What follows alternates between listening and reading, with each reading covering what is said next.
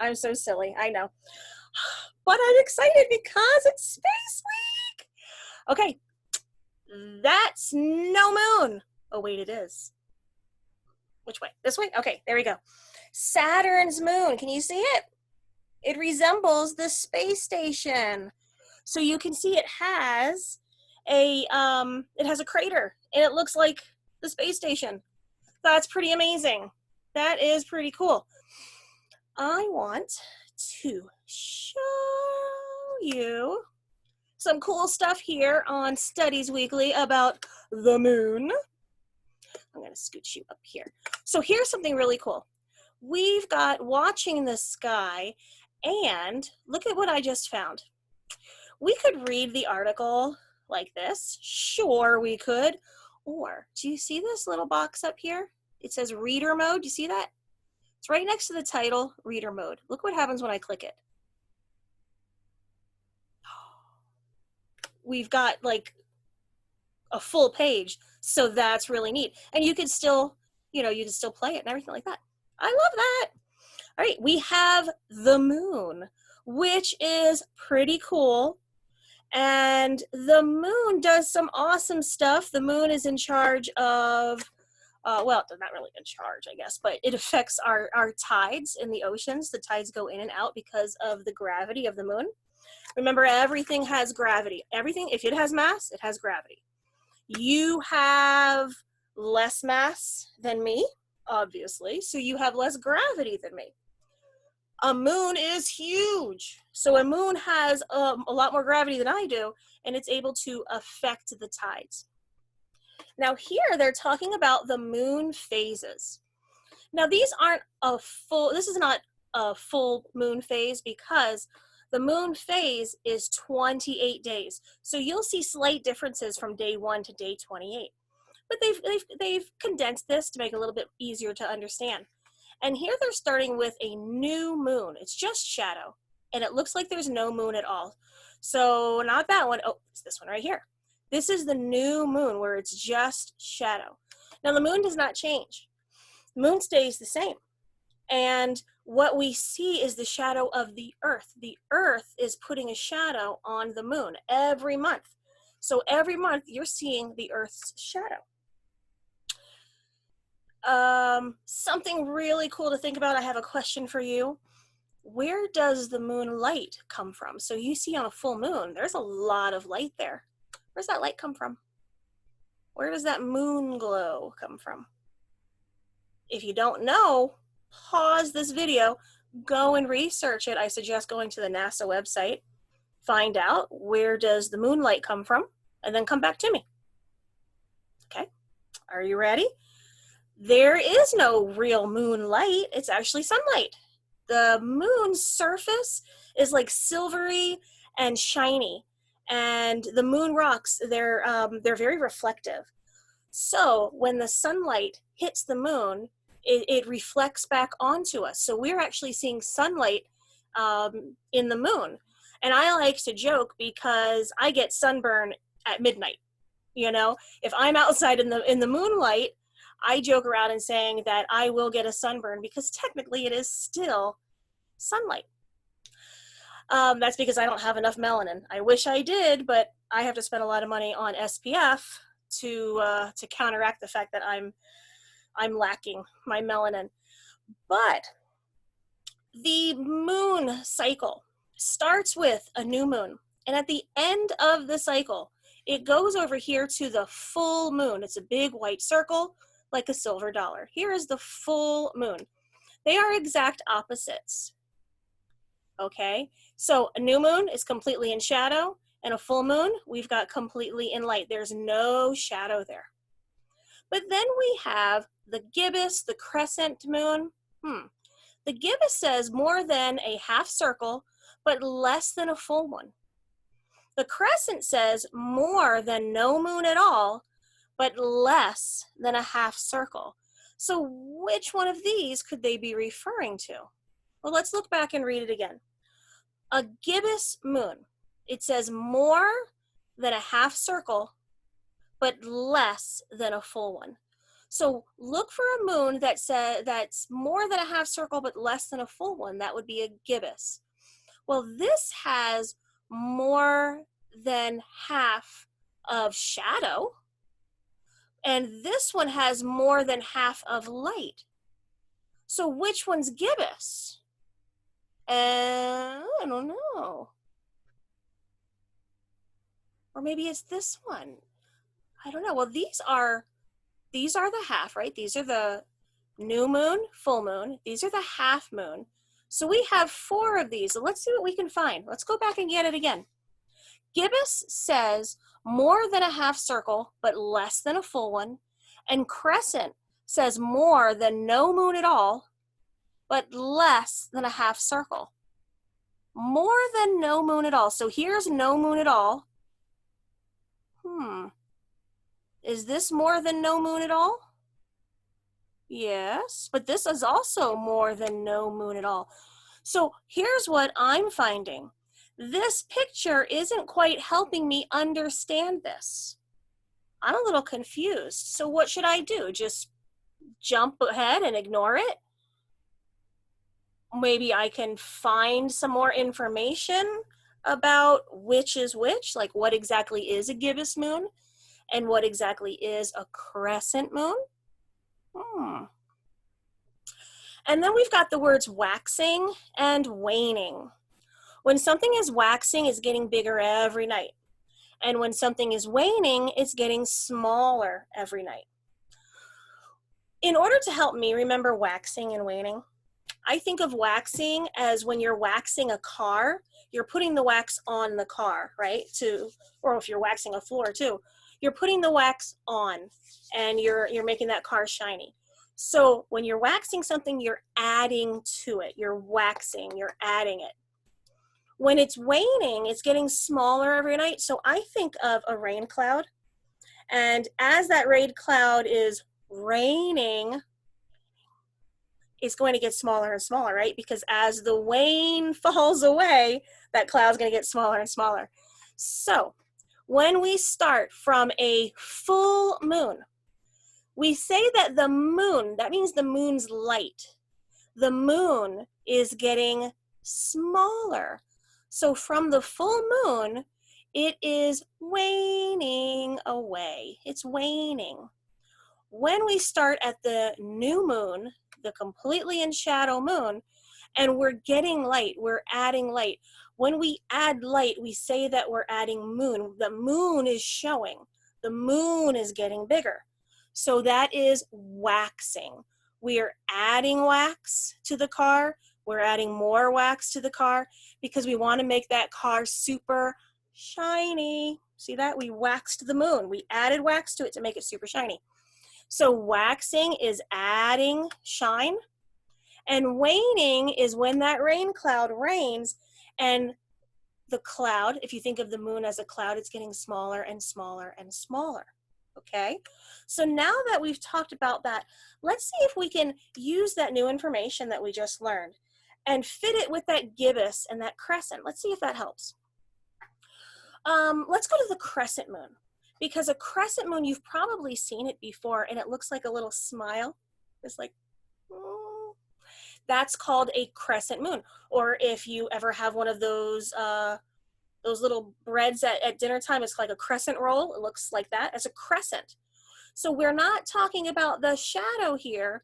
We're talking about the moon. So we want to see a crescent of the moon. So you'll see here, this is a crescent of the moon.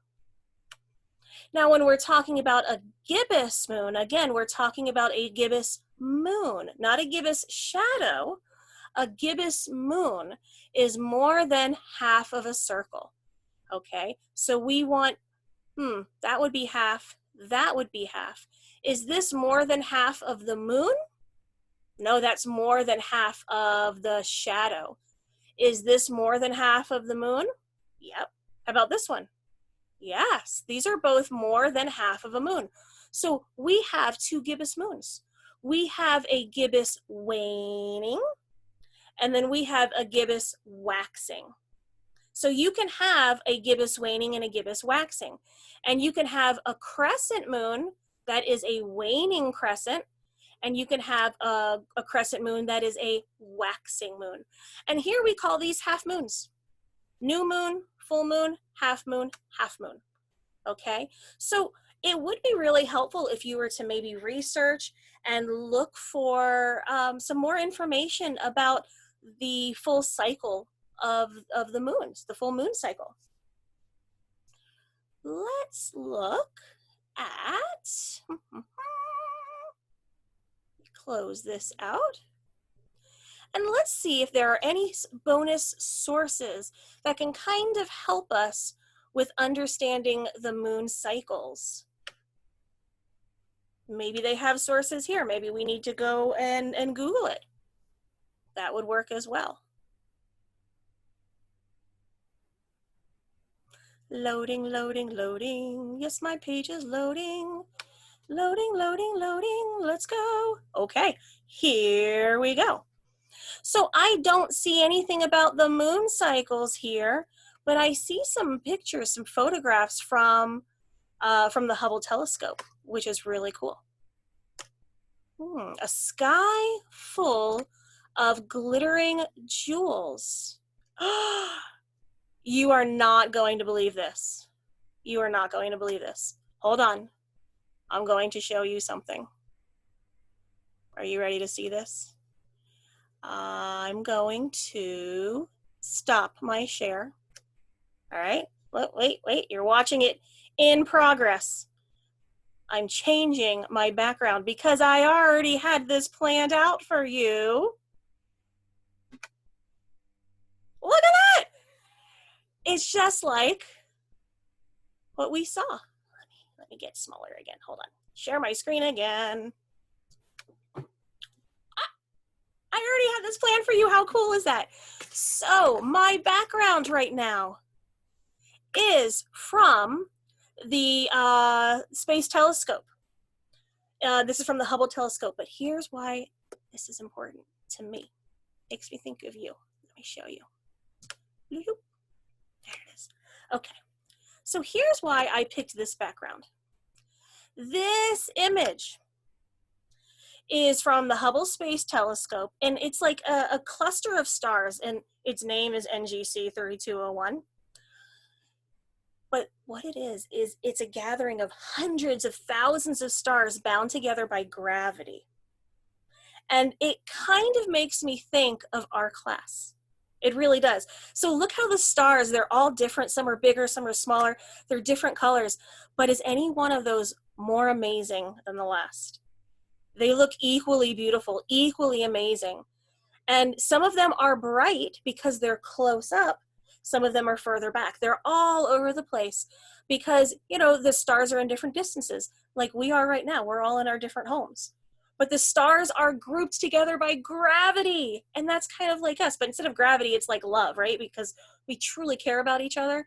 So that's what's grouping us together. So we are like this cluster of stars, NGC 3201. That should be the name of our classroom, except that's not very exciting. So I love, love, love, love this picture. And I think it's really amazing that you can see this. And go ahead and go to this NASA website and get some more information about it. I want to go back to Studies Weekly. So here we are at this star cloud. Now, from its position orbiting the Earth, the Hubble Space Telescope peered into the Sagittarius star cloud, which is a narrow, dust-free region, providing this spectacular glimpse of a treasure chest full of stars. You guys are my treasures. And this image was taken in 1998. So this photo was taken by, well, it's the Hubble Space Telescope, right? Isn't that what they said? The Hubble Space Telescope peered into the star cloud, so it took the picture. Awesome. Where was this photo taken? Inside a black hole, the moon, the Sagittarius star cloud, or Kennedy Space Center? Let me go back. The Hubble, it peered into the Sagittarius star cloud. Look, the answer was right there in front of us the whole time. Why do you think this photo is so special? Well, it's a photo of my students. Yeah, you're my stars. But let's see what they think. It shows a large number of stars. It does do that. It was taken by the Hubble telescope. Yes, that's true. The photo was taken in an area free of dust. I remember that from the article. And that's kind of important because when there's a lot of dust around, it's hard to take photos. And so what the scientists use is like an infrared camera that can kind of pierce through a lot of that dust. And then we've got all of the above. Well, I'm guessing all of the above, right? It is a large number of stars. It was taken by the telescope, and the photo was taken in an area free of dust. Correct. Awesome. Okay, so ladies and gentlemen, what I need you to do is make sure that you're reading your articles, answering those questions. I want you to learn as much as you can about this amazing stuff. I mean, look how beautiful this is. This is exciting. All right, we've got some more pictures. Ooh, I don't know what is that? Is it a nebula? The Hubble Space? Oh, I don't know. You got to read and find out. You need to get 24 questions, 6 bonus questions, do the crossword, and play that misspelled game, right? You're going to do all those every single week. Now, yesterday, I had played a song for you about the giants in the sky. Remember that? So the Giants in the Sky is from a musical called Into the Woods. And actually in that musical, the boy singing was singing about actual giants. But, you know, I'm not being very literal here. I took it to mean the giant planets and the giant stars and all of the giant things in the sky, right? All of these things that are in orbit that make up our universe and our galaxy. So I have another song for you today. And this song is about you. Let me get this bigger. There we go. The song's about you, right here.